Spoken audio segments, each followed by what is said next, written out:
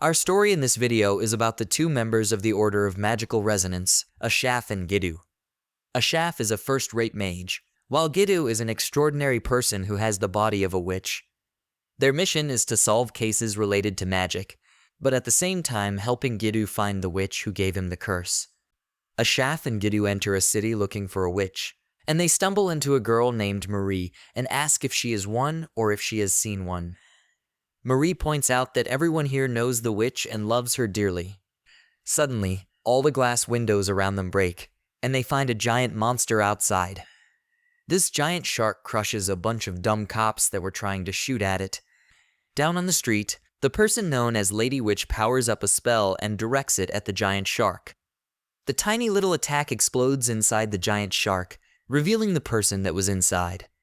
The perpetrator is a witch hater and is arrested, while Lady Witch is celebrated as the city's savior. Mary greets the witch named Ione and expresses her excitement for the big night they have ahead of them. Just then, Giddu appears out of nowhere to attack the one she calls a filthy witch, but Ione blocks her and uses magic to restrain her. Giddu says that Lady Witch knows her, but Lady Witch denies knowing what she is talking about. Suddenly, a bunch of crows push the police back, and Ashaf apologizes for his colleague's rudeness and just wants to talk to her. The crowd began to throw things at them and demand that they be arrested. Ashaf apologizes again to the two ladies, and they take their leave. Later, the duo visited Lady Witch Mansion. According to the legend, over 400 years ago, this town was set ablaze by a witch. But after she was defeated, her curse was sealed here. Noticing a group of women arriving for an anniversary party tonight, Marie will not let the duo in. Ashaf then asks her what the anniversary is for, but she herself doesn't know what the anniversary is about. Ashaf warns her about not trusting 100% what a witch says because even if Ione has helped the city, she is still hiding something. Later, as Ashaf finishes doing his research, he realizes the truth behind it all. As they leave their hotel, some police try to stop them on Lady Witch's orders. Ashaf uses his tattoo magic thing, and crows cause chaos. Outside, they find that several cops are waiting for them. By the time Marie wakes up, she realizes the other women are also covered in blood. Ione's true colors are revealed. The witch the city killed was her grandmother. The cause of the blaze was unknown, but it was she who stopped it, and yet she was blamed. She has waited for this day to exact her revenge, and the city will taste what she has gone through. Marie thought all those who mistreated her grandma were dead, and the people here all love her. However, Ione has no attachment to them and is just using them to earn their trust to easily break the seal. Ione celebrates this incredible day, but Giddu arrives to break up the celebrations. Unfortunately, Ione is able to stop her. Giddu attempts again, but Ione uses her great power to push her away. But Ione is no fool, and she knows Giddu was only there to distract her. She launches an attack on the sneaky Ashaf, but he deflects it just as he finishes putting up a barrier around all the girls. Giddu reveals that she isn't done just yet, and demands to know if Ione remembers her or the mark on her neck. Unfortunately, Ione explains that she is not the witch Giddu is looking for, and she can't undo her curse. Ashaf notes the two ways to undo such curses: a kiss from the one she loves or the witch who put that curse to undo it. However, Asif reveals a third way to remove a curse, and that is to kiss a witch. When that happens, Giddu's real body, which has been inside Ashaf's coffin, comes out. When Ione realizes the danger, he fires an attack, but monster Giddu remains unharmed. The witch attempts an even more powerful attack, but Giddu is once again unharmed. Ione goes into her bag of tricks to cast her most powerful magic, and Mary wonders why Ashaf isn't joining the fight. Ashaf confesses that he is only a first-rate mage who will be of no use in this battle. Just then, Giddu emerges from the smoke to grab Ione, and with just one punch, he sends the witch flying. Ione can only wonder what this creature is, as she is defeated. In the aftermath, Marie and the other girls are saved, and the fire in the city is under control. Ashaf reveals they are part of the Order of Magical Resonance, a magic organization that tackles any magic-related troubles. Their task is to bring in all the witches. Sadly for Giddu, this witch is a miss, and her curse still remains. A guy offers to walk a girl home after they hear a strange noise. This girl doesn't need a man, so she walks home alone. When she looks behind her, no one appears to be following her. But this is only because they are in front of her. This creature takes her out in a seemingly painful way, but it realizes that it wasn't enough and needs to add more of something. Meanwhile, Ashaf and Gidu are on a mission to tame a magical beast on the loose on some wealthy private ground. Of course, Gidu is not happy because there is no witch, and she will not help. According to Ashaf, matter manipulation is the most basic of spells, but handling fluids needs a unique skill. Ashaf admits he has always struggled with it, but Gidu accuses him of lying when he utilizes the magic to control a ball of water. Ashaf throws it at the magical beast, who easily pushes it away. This creature is after him, yet he still maintains the power of the water. He reforms the ball of water and begins to suffocate the beast. Gidu couldn't be more bored, and the guy who brought them there is surprised when Ashaf says that the job is complete. Ashaf then tricks Gidu into thinking the next job has a witch, but it's just another magic-related job. He hopes she will learn from it and do her part while still in the order. Gidu vows that once her curse is lifted, the first thing she'll do is kill him.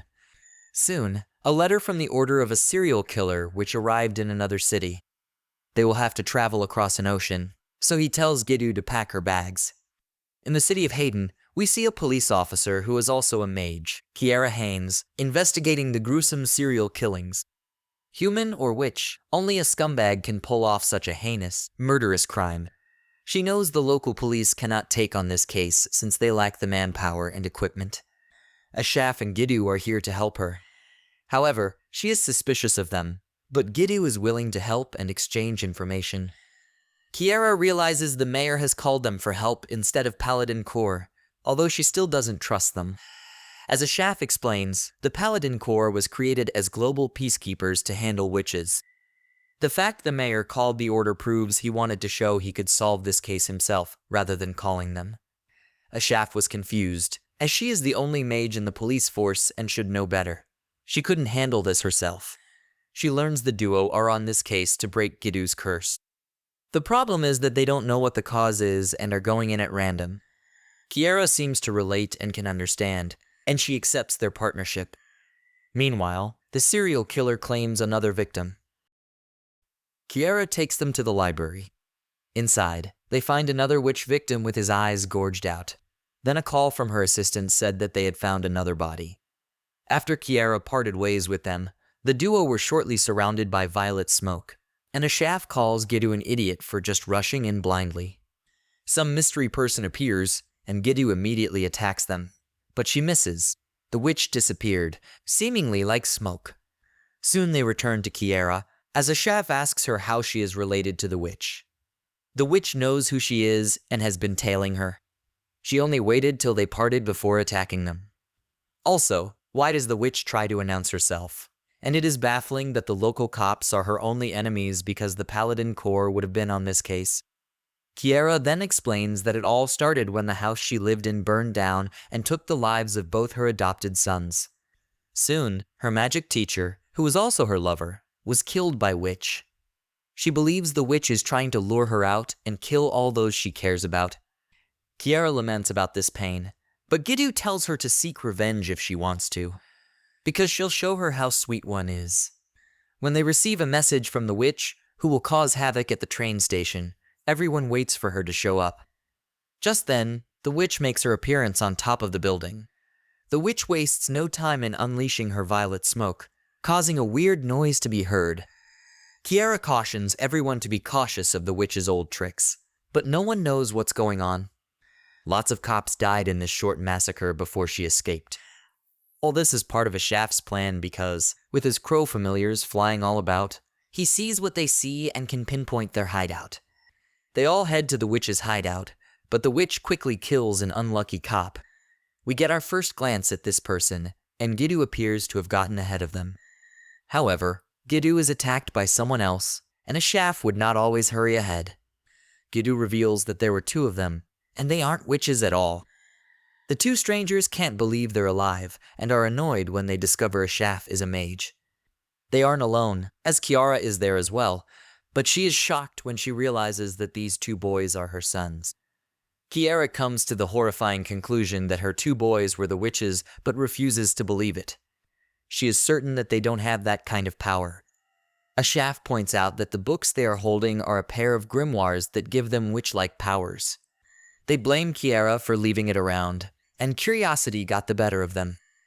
In exchange for such powers, they have to kill as a sacrifice to pay its price, or they will have to with theirs. Ashaf reveals that they were actually just dummies in a leather sack stuffed full of red liquid.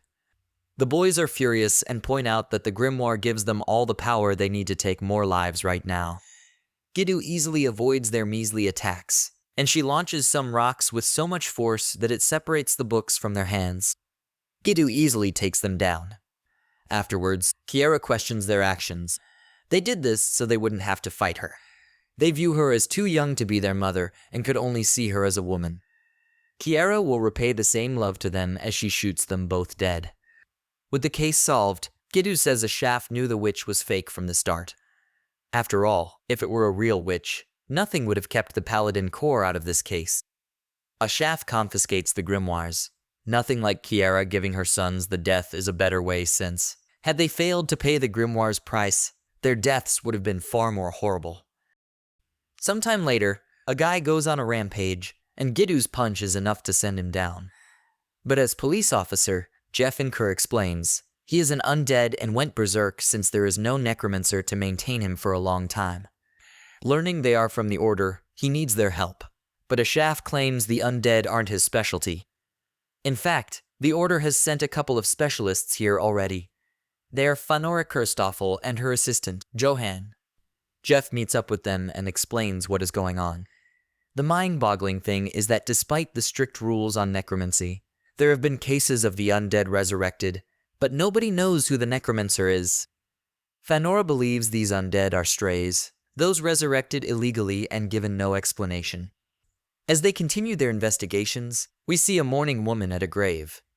A shady guy approaches her and suggests resurrection. At a chapel, Fanora uses a lantern that only the undead can see. The undead begin to arrive, but everyone is shocked when there are a lot more than expected. There are at least 40 undead, and they have all lost their minds. That leaves them with no other choice but to fight, so Fanora makes Johan their center of attention by putting the lantern's light on him. Johan is quickly overwhelmed, but Fanora tells the officers not to help him. She explains that Johan is fine, but that's pretty hard for the officers to believe since Johan is begging them for help. This brings back memories for Jeff of when his fiancée died.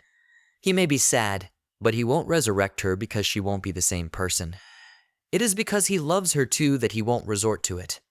As Fanora examines the undead because of the incomplete and haphazard resurrection, she wonders about the possibility that the necromancer never intended to resurrect them as humans. Then there was some theory about the objectives implanted for the undead. Basically, these undead have been let loose without any imprinting, as though to make them go berserk. With this much undead, she believes the necromancer is close by. This leads them to a mansion nearby, where Johan gets attacked by an undead. The necromancer, via an undead, speaks to them, and he knows Jeff lost his fiancée. In fact, he shows her as an undead. Jeff cannot believe this disrespect, but the necromancer is interested in knowing more about Fanora. To make her accept his terms to talk, he has an undead slit in Johan's throat. This makes Fanora panic. He demands that if she does as he says, he guarantees she will see him again. Off into his mansion she goes. They meet with the real necromancer himself. Fanora explains how the sloppy maintenance work of the undead is what makes him able to control so many at once and with not much magic. Then she enlightens us about the biggest warning in the resurrection. When a soul dies and goes into the process of reincarnation, a necromancer will pull that soul out of it. This means that when the undead die again, there is no way of rejoining that process, and they will be left wandering for eternity in what is known as the void. Of course, the necromancer guy doesn't care for that, because he is doing it for his own selfish reasons. The necromancer had a lover, but she died. Reviving her was simple due to his skills, but the problem is that he cannot maintain her beauty. Nothing but bones, so he practiced on many corpses to prepare a vessel for her, and he wants Fanora to be that vessel. Fanora is disappointed, But the Necromancer believes she is bound by rules and cannot oppose him. That is when Fanora reveals her true self. With runes forming all over her body, the Necromancer guy panics and realizes she is a witch. He reminds her of Johann as his hostage, but she believes he will be fine. Summoning other grotesque undead corpses to fight her, Fanora too has her undead knights. She commands them to do anything they wish, except not to hurt Jeff. The undead knights attack immediately and easily eliminate all the undead. Jeff begs his fiancée not to fight them, but it's too late. Killing her body was the only way to stop her, but Fanora promises to make the Necromancer pay. Necromancer escapes to his fiancée's coffin, but to his surprise, Johann is there. He might be an undead from the start, but because he is a witch's undead, his build is different. If you give problems to Fanora, death would be too good for him. By the time Fanora arrives, it looks like he is skinned alive but not dead. Fanora explains to Jeff that she is about to break the law, so she would like for him to keep the entire incident a secret. Jeff is hesitant, so she tells him that if he wants to save all the victims, then he needs to shut up and do as she says. She puts a bullet in the Necromancer's head, and he wakes up soon after. Fanora explains to him that he will maintain all the undead he resurrected as complete humans. She will provide all the magical power needed to do so there is no reason for him to slack off. He can't believe that she turned him into an undead, and he fears what will happen when he enters the void. Fanora assures Jeff he can return his fiancée as before, but because this is illegal, he must keep a very low profile. Back with our protagonist, Gidu awakens to the smell of a magnificent meal. She demands that a shaft give her something, but he tells her to be patient. Another letter details a crime allegedly committed by a witch. The mission is to make contact with this witch, but this case is on the third continent. This means that the Paladin Corps will get involved in this, so they will have to fight to claim the witch. They arrive on the continent to find that everyone is evacuating. This is wise because a single witch is capable of leveling an entire city without breaking a sweat. A shaft tells Gidu that this time they can't kill the witch but bring her alive. They are stopped from going further into the city, so a shaft comes up with a lie. The soldiers will allow him to go through to see his elderly grandmother, but they will check his identity first. Nothing suspicious comes up, so they check his coffin next. A shaft reveals a mark on the coffin, which serves as a church permit for the magical item. That is enough for them to get inside. They confuse their escort when they stop, and Gidu just knocks him out and tells a shaft that they should have just done that from the start. On the floating castle, Commander Kugat is scolded for challenging the witch on his own. His subordinates ask him not to do it again, but he just tells them to continue searching for the witch since she escaped. Nearby, a shaft explains that the floating castle is the base where the Paladin Corps operates out of when on missions. Barriers are everywhere in the city, and if they break them, the Paladins would come running. Gidu is annoyed since the witch is inside, so a shaft explains that they just need to open a hole without getting caught. After opening the barrier, they spot the witch. Gidu rushes to attack the witch. Gidu wonders if she recognizes her face, but the witch has no clue who she is. This witch has full control over the sword she summons, but Gidu manages to surprise her. The witch reacts quickly, but Gidu just manages to stop her swords. Suddenly, a shaft appeared behind her, thanking Gidu for buying her time to finish his spell to seal the witch. She was so weak that Gidu could tell that she wasn't the witch who cursed her, and she wonders if she's even really a witch at all. A shaft is sure she is a witch, and he explains that she just can't wield her full power. However, she soon breaks out of his ball, and a shaft is horrified when he sees that she brought out the demon sword. As the priest explains, her mark, the Ultoma, takes the shape of a sword. This means she is a descendant of an origin, the dauntless witch known as Queen of Velvet. This one is Helga. Although she is the weakest of the witches, what makes her the most dangerous is her demon sword, which is believed to destroy the world. With that information, Kugat goes all out to kill that witch. Down below, a shaft is fighting Helga with his crows, but it isn't going so well. He explains that the demon sword actually can't do much unless someone draws it. Just then, Helga finds them, so a shaft tries to tell Helga that they are on their side to bring her to escape from Paladin Corps. But she doesn't trust them, and Ashkin shocks them, as he can talk. He wants Helga to accept Ashaf's offer. Since she is still doubtful, Ashaf guesses Helga didn't kill all the victims. All the more reason for him to help her. Still, she won't trust him and goes off by herself. However, she stumbles into Kugat, and he has made up his mind to not let her get away again. Out of nowhere, Gidu comes crashing down and declares that she will make sure this paladin stays dead when she kills him. That's all for now. If you want more, please subscribe and turn on notifications so you don't miss the next part.